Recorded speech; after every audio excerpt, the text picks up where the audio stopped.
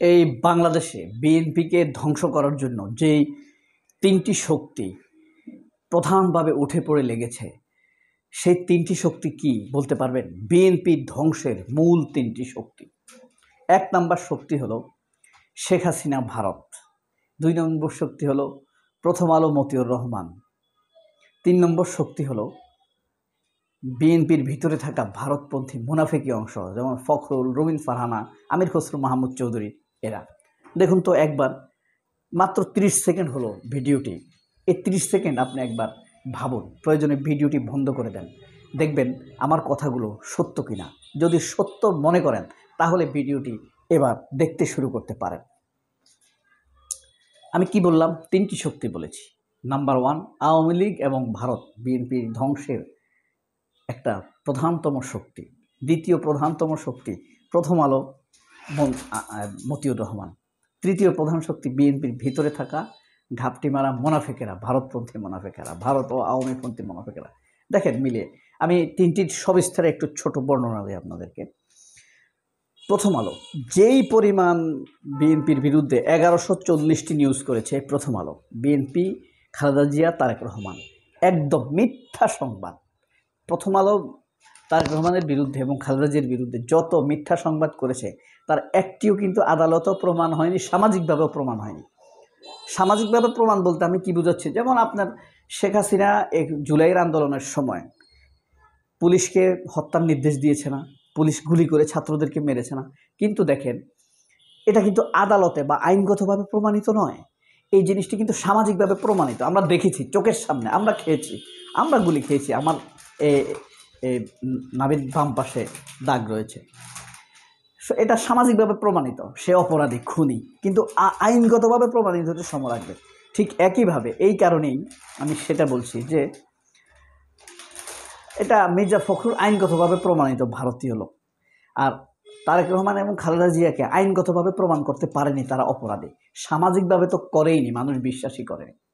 সেই প্রথম আলো একটা প্রধান শক্তি। আর আওয়ামী লীগ তো শেখ হাসিনা, খালেদা জিয়ার নামে, তারেক রহমানের নামে যত মিথ্যা, 10টা গস্ত মামলা, খালেদা জিয়ার তারেক রহমানের বিরুদ্ধে অভিযোগ ছিল না, তারপরও সেগুলো দিয়ে তারা আদালতের মাধ্যমে মিথ্যা রায় দিয়ে তাকে অপরাধী সাব্যস্ত করেছে। ঠিক একইভাবে 21 আগস্টের গ্রেনেড হামলা মামলা, তারেক রহমানের বিরুদ্ধে কোনো এজাহার, কোনো অভিযোগ চার্জশিটে কোনো রকমই নামে ছিল না, কিন্তু তারপরও শেখ হাসিনার নির্দেশে চতুর্থবার আইও পরিবর্তন করে, আইও মানে ইনভেস্টিগেশন অফিসার পরিবর্তন করে তারেক রহমানের নাম এই 21 আগস্টের গ্রেনেড হামলা মামলায় ঢুকানো হয়েছে। এটার জন্য কাজ করেছে কে?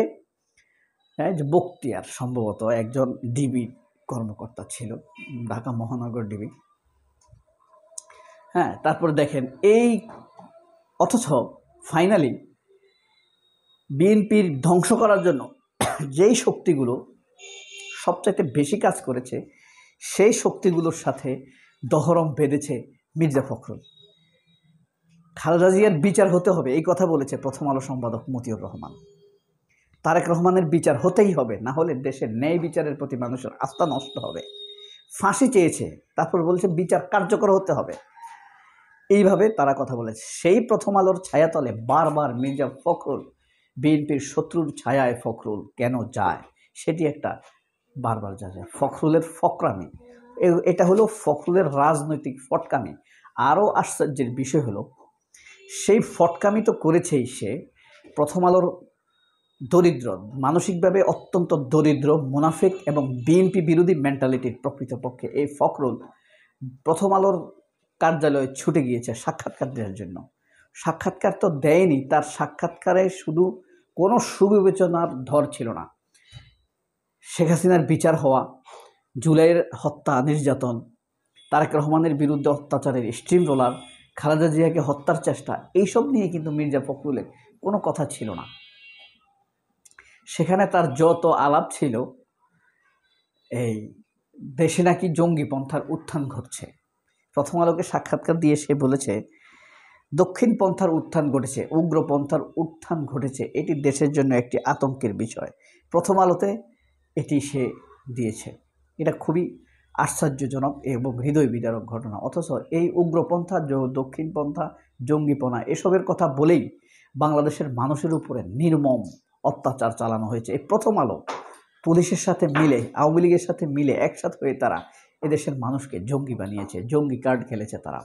এই ভয়ঙ্কর নিদারুণ পরিস্থিতির বিচার না চেয়ে এই ফটকা মির্জা ফখরুল ইসলাম আলমগীর তারা এটা নিয়ে উদ্বিগ্ন প্রকাশ করে, অর্থাৎ তার ভিতরে একটা ইসলাম ফোবিয়া পাওয়া গিয়েছে।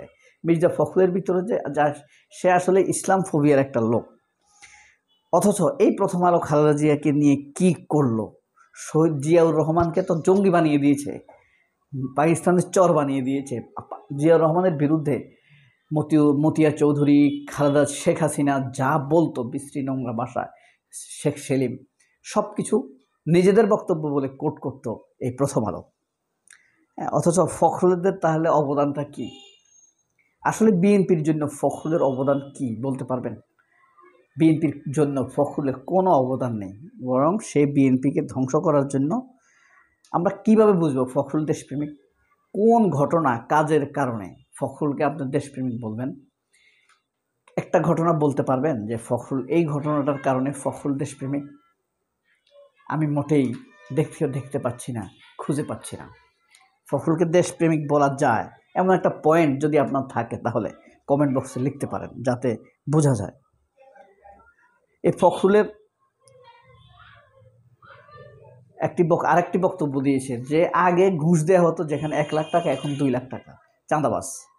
অথচ তাহলে ফখরুল বলুক এখন চাঁদাবাজিটা নিচ্ছে কে? তার দলের লোকেরাই তো নিচ্ছে। তার ডিমান্ড বেশি থাকার কারণে দলের নেতাকর্মীদের কাছে ফখরুলের ডিমান্ড বেশি ছিল যে তোমরা এখন চাঁদার পরিমাণ বাড়াইতে হবে। চাঁদার পরিমাণ যদি না বাড়ায় তাহলে দল চলতে পারবে না।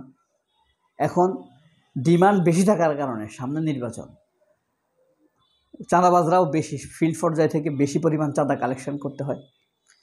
তো তুমি যদি কমাই দাও যে আমাকে এত বেশি দিতে হবে না, তাহলেই তো তোমার নেতাকর্মীরা আর মাঠ থেকে এত বেশি চাঁদা নিবে না। সেটি তো স্পষ্টতর অন্তত করা যায়।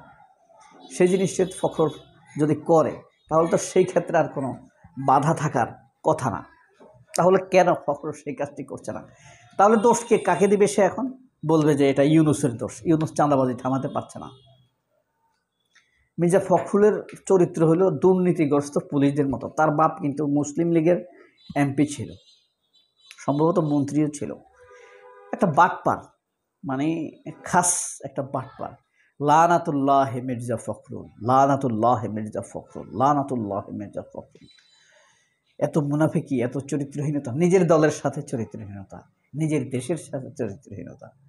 বলুন মির্জা ফখরুলের একটি গুণ, যে গুণের কারণে আমরা বলতে পারবো সে দেশপ্রেমিক। সবাই অনেক ভালো থাকবেন। আল্লাহ হাফেজ। আসসালামু আলাইকুম।